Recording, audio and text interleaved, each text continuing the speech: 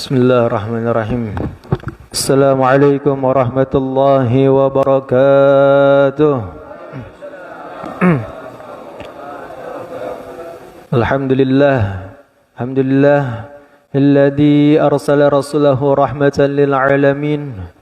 Wassalatu wassalamu ala sayyidil mursalin sayyidina wa maulana Muhammadin wa ala alihi at-tahirin at-tayyibin wa ashabihi al-ghurril mayamin wa man tabi'ahum bi ihsanin ila yaumiddin. Allahumma lakal hamdu wa ilaikal mushtaka wa antal musta'an wa la hawla wa la quwwata illa billahil aliyyil azim. Allahumma inna nas'aluka ilman nafi'ah amin wa rizqan wasi'ah wa amalan salihan mutaqabbala wa shifaan min kulli da'in wa saqam. Allahumma faqqihna fid din wa 'allimna ta'wil. Alhamdulillah, puji syukur marilah sama-sama kita panjatkan kehadirat Allah Subhanahu wa taala, yang mana Allah Subhanahu wa taala telah memberikan kita beribu-ribu nikmat, bermacam-macam nikmat, mulai dari nikmat yang terkecil hingga nikmat yang terbesar. Mulai dari nikmat yang terlihat oleh mata kita hingga nikmat yang tak terlihat oleh mata kita. Di antaranya itu nikmatul iman, ihsan, wabil khusus nikmat sehat wal afiat, sehingga kita dapat berkumpul pada malam hari ini dalam rangka menuntut ilmu. Ya, mudah-mudahan dengan berkumpulnya kita pada malam hari ini kita semua mendapatkan cucuran rahmat dan taufik dari Allah Subhanahu wa taala. Salawat bertangkaikan salam tak lupa kita kepada baginda alam, proklamator dunia, nabi yang telah menancapkan kalimat la ilaha illallah, yaitu baginda Nabi besar Muhammad sallallahu alaihi wasallam, yang mudah-mudahan kita semua mendapatkan syafaatul uzmah dari beliau di yaumil qiyamah nanti. Amin ya rabbal alamin. Ma'asyiral hadirin, bapak-bapak yang dimuliakan oleh Allah Subhanahu wa taala. Alhamdulillah, dari sekian banyak manusia yang diciptakan oleh Allah Subhanahu wa taala, pada malam hari ini banyak dari kita, jutaan manusia melakukan sebuah aktivitas. Namun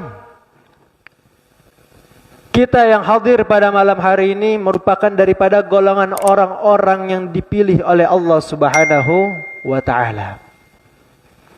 Sebab apa? Nabi SAW mengatakan di dalam hadisnya, man yuridillahu bihi khairan yufaqihu fid din.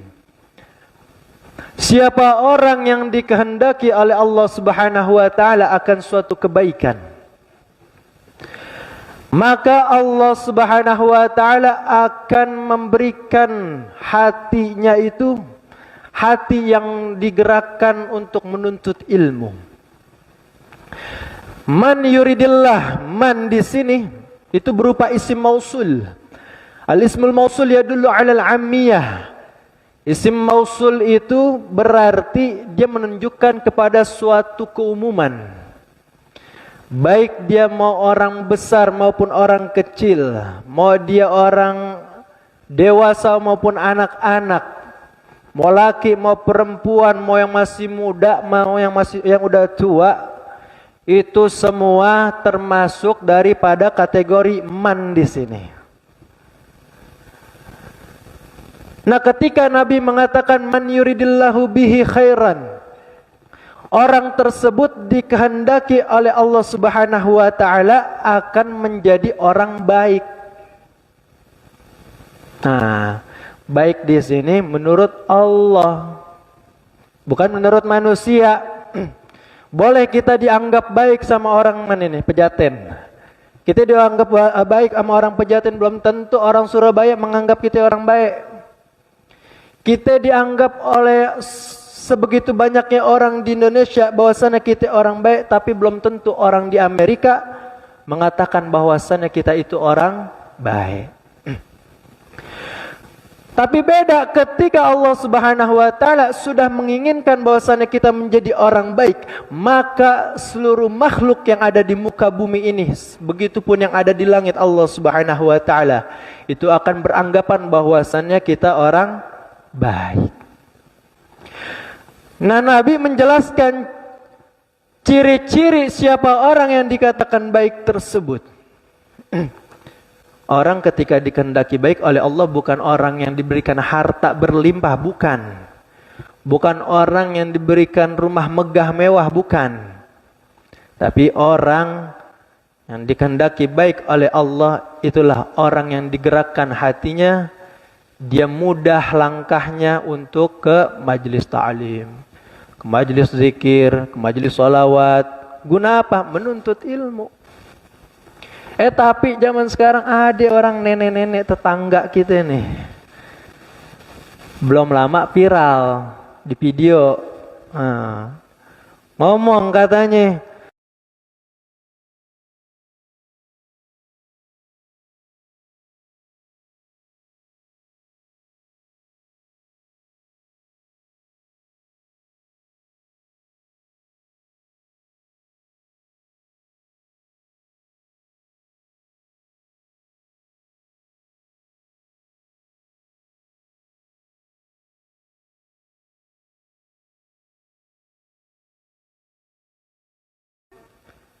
setiap kali kita melakukan suatu aktivitas, baik itu yang bersifat ibadah maupun non ibadah, baik di dalam rumah maupun di luar rumah, itu kudu pakai ilmu.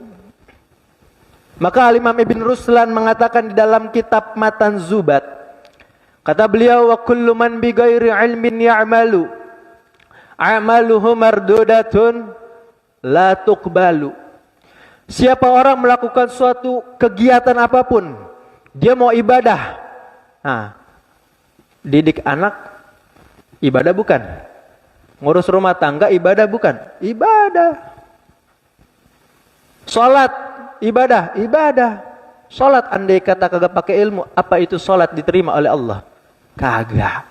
Maka wa kullu man bi ghairi ilmin ya'malu a'maluhu mardudatun la tuqbalu. Seandainya dia mengerjakan suatu apapun tanpa didasari ilmu, maka amalannya tertolak. Kita mah boleh zaman sekarang Islam turunan. Kita punya abak, kita punya engkong orang Islam. Nah kebetulan engkong kita orang Islam, kita jadi Muslim. Kita sholat bukan lantaran kita tahu ilmunya, tapi lantaran karena orang tua kita merentah. Ente orang kalau kagak sholat dosa, kita cuma sebatas tahu itu doang, kagak tahu ilmunya. Makanya kita dituntut oleh Rasulullah, utlubul ilma minal mahdi ilal lahdi. Tuntutlah ilmu dari buayan hingga sampai nanti liang lahat. Sampai kita udah masuk di dalam kubur itu kita masih mendapatkan tuntutan wajib menuntut ilmu. Nah bahkan sekarang seandainya seseorang perempuan di rumah tangganya dia mengurus anak tanpa didasari ilmu, apakah bisa dia mencetak kader-kader anak yang menjadi anak soleh dan soleh? Tidak bisa, mustahil. Mengajarkan seorang anak itu kudu pakai ilmu, apalagi seorang ibu. Al-Madrasatul Ula, ibu itu sekolah pertama bagi anak-anaknya. Maka seandainya seorang ibu dia bodoh, tidak mempunyai ilmu, mustahil anaknya akan menjadi anak yang soleh dan soleha. Maka banyak zaman sekarang orang anak-anak yang pada keblangsak. Itu mungkin lantaran baba emaknya pada kagak ngaji. Dia kepengen punya anak soleh dan soleha, dia kepengen punya anak ketika nanti dia wafat, sebagaimana yang dikatakan Rasulullah, idza mata ibnu Adam inqata amaluhu illa min thalathin. Ketika nanti seorang manusia dia wafat, maka akan terputus segala amalannya kecuali 3 perkara. Apa itu? Shadaqah jariyah yang pertama. Ilmun yuntafa'u bihi, ilmu yang bermanfaat. Dan yang ketiga yang terakhir, awaladin salihi yada'ulah. Seorang anak yang soleh yang mampu atau bisa mendoakan orang tuanya ketika nanti wafat. Nah kalau zaman sekarang kita orang kagak bekalin ilmu kepada anak-anak kita, jangan harap ketika nanti kita mati, anak-anak kita itu pada doain kita. Mustahil. Emang siapa yang mau doain kita kalau bukan anak-anak? Tetangga? Iya. Belum tentu tetangga mau doain kita.